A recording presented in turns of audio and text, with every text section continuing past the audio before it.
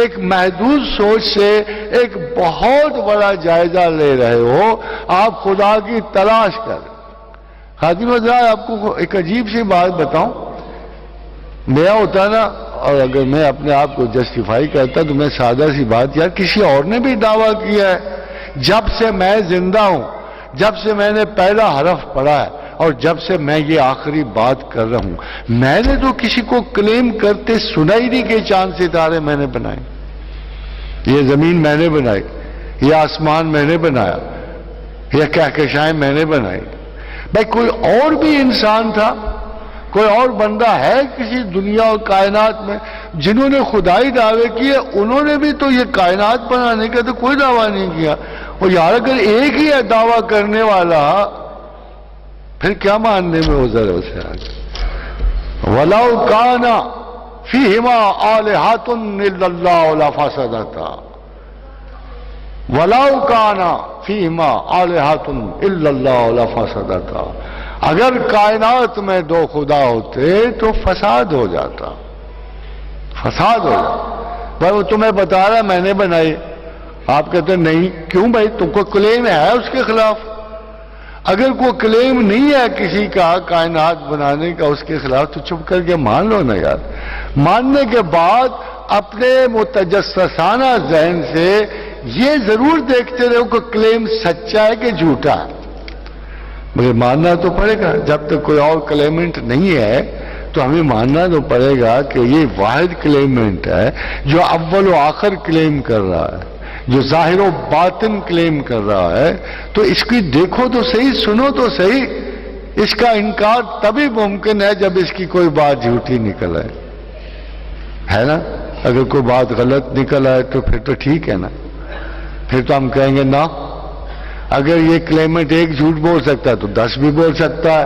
اگر خدا ایک غلط بات کر سکتا ہے تو 1000 بات غلط کر سکتا ہے. وہ آپ نے ڈاک کا شعر نہیں سنا؟ تجھے نامور قسم ہے وہی دن سے رات کرنا، وہ جو ایک بات پوچھے تو 1000 بات کرنا. جھوٹ ہی بولنا تھا نا اس نے کہ تجھے نامور قسم ہے وہی دن سے رات کرنا، وہ جو ایک بات پوچھے تو 1000 بات کرنا. اب یہ باہر بیٹھا ہوا یہ صرف اتنا چسکا لے رہا ہے کہ میرا کوئی نمائندہ وہاں موجود ہے.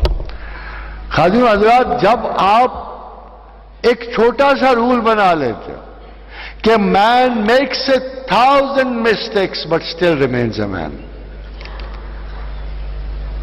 A man makes 1000 mistakes but still remains a man.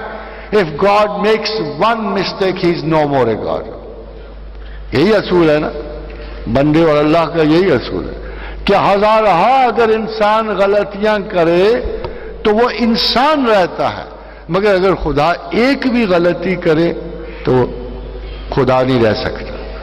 انفالبلٹی نہیں رہتی، ٹروتھ نہیں رہتا، ملکیت نہیں رہتی، اومنی پوٹنٹ نہیں رہتا، اومنی سینٹ نہیں رہتا، اومنی پریزنٹ نہیں رہتا.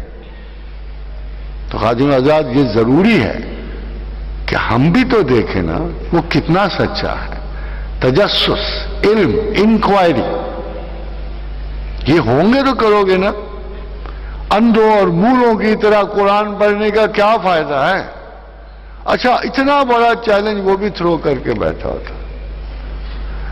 یا تو میں کہوں میری انکوائری سے وہ ڈرتا ہے. اقبال نے کہا تھا نا ہزار آئے پردگیاں پردہ درے پیدا شد. کہا تھا نا اقبال کہ خبر رفت زگردوں بشبستان ازل، کہ جب میں پیدا ہوا، جب انسان پیدا ہوا، جب تجسس پیدا ہوا، جب عقل پیدا ہوئی، جب شعور پیدا ہوا، جب انکوائری پیدا ہوئی، جب انکار و اقرار پیدا ہوئے، تو اقبال نے دعویٰ کیا کہ اب ملائکہ ڈر گئے ہوں گے، آسمانوں پہ زلزلہ آ گیا ہوگا. کیوں؟ کہ خبر رفت زگردوں بشبستان ازل ہزار اے پردگیاں پردہ درے پیدا شد. کہ ڈرو یہ ایک پردہ کھولنے والا بندہ پیدا ہو گیا ہے. ڈرو اے عالم افلاک کے رہنے والوں، اب تمہاری حکومت غیاب ختم ہو گئی ہے. نو مور سیکریسیز. اب ایک آنکھ ایسی پیدا ہوگی, ایک تھرڈ آئی پیدا ہو گئی ہے جو تمہارے راز کھول دے گا, جو کائنات کو آشکار کر دے گا, جو ملائکہ کی ساخت کو پڑھ لے گا, جو شیطان کی اس ناری وجود کو اچھی طرح سمجھ جائے گا, جو اپنی ذات کے ادھرتے ہوئے اپنے خسائل اور اپنے سیکرٹس کو بھی سمجھ جائے گا. یہ ذات ہے. Ladies and gentlemen, long before I passed an opinion on psychology, پہلے بھی تھا علم ذات, چند لوگوں کے پاس تھا, مخصوص اولیاء اللہ کے پاس تھا, بڑے بڑے دانشوروں کے پاس تھا, پہلے بھی تھا, مگر وہ پردہ و پردہ تھا, در بدر تھا, کوچا و کوچا, کو بکو. وہ اس طرح کے راز تھے. در دل خیش طاہرہ گشت و ندید جسترا. اے طاہرہ, طاہرہ کہتی ہے کہ میں نے اپنے دل کے اندر خوب جان بھی کی, پرکھ کی, دیکھا بالا. در دل خیش طاہرہ گشت و ندید جسترا, تیرے سوا کسی کو نہیں پایا.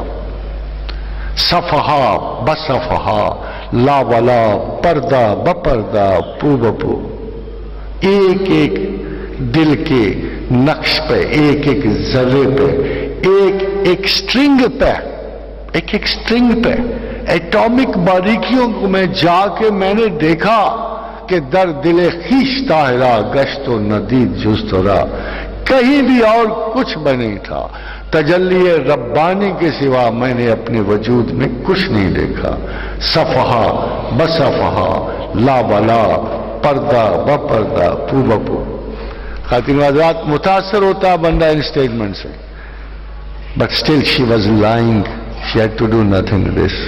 اسی لیے قرآن میں اللہ نے کہا کہ شعراء جو ہیں جھوٹ کی وادیوں کے سفر کرنے والے. دی کرٹیسزم از ناٹ دس. آپ کو خدا ڈھونڈنا ہوگا. خدا جو ہے تصوراتی باتوں سے نہیں سمجھ آتا, میٹر آف فیکٹ انسٹیٹیوشن سے نکلتا ہے. اللہ کو ثابت کرنے والے شاعر نہیں ہوتے, اللہ کو ثابت کرنے والے محقق ہوتے ہیں, سائنسدان ہوتے ہیں. یوت الحکمت من یشاء, جسے چاہتا ہوں حکمت عطا کرتا ہوں. ومن یوت الحکمت فقد اوتی خیرا کثیرا, اور جسے حکمت عطا کر دی اسے خیر کثیر عطا کر دی. یہ حکیم ہے جو اللہ کو جانتا ہے, یہ سائنسدان ہے جو اللہ کی باتوں کی تصدیق کرتا ہے. سائنسدان. اسی لیے پروردگار نے اپنے بہترین بندوں کا چناؤ کیا. الذین یذکرون اللہ قیاما وقعودا وعلی جنوبہم. بہترین بندے وہ, بہترین. الذین یذکرون اللہ قیاما وقعودا وعلی جنوبہم, جو کھڑے بیٹھے کروٹوں کے بل مجھے یاد کرتے ہیں. وَيَتَفَكَّرُونَ فِي خَلْقِ السَّمَاوَاتِ وَالْأَرْضِ. مگر یہ دوسرے کون سے ہیں جو ہر وقت زمین و آسمان کی تخلیقات پہ غور کرتے ہیں. ساتھی حضرات, فانی سی بات ہے. In 1907 I met one of the major head of the department in America. He was the head of the quantum relativity department. اس نے مجھے پوچھا, what is the way of knowing God? میں تھوڑا سا شاعر بھی رہا ہوں نا, اس لیے وہ مکس اپ ہو جاتے ہیں کبھی کبھی. تو میں نے کہا جب طلب خلوص محبت ارتقاء پہ پہنچتی ہے اور دل بے قرار و مضطرب ہو جاتا ہے اور آرزو پروردگار بڑھ جاتی اور کسی کل چین نہیں اب پڑتا, تو پھر ایک فریکوینسی ڈیولپ ہوتی. اس فریکوینسی میں ایک کوریڈور کھل جاتا ہے, ایک کوریڈور. اس کوریڈور کے اس کنارے پہ وہ, اس کنارے پہ میں ہوتا. بڑا مختصر ہے وہ کوریڈور. کہتا ہے نو ناٹ کوریڈور,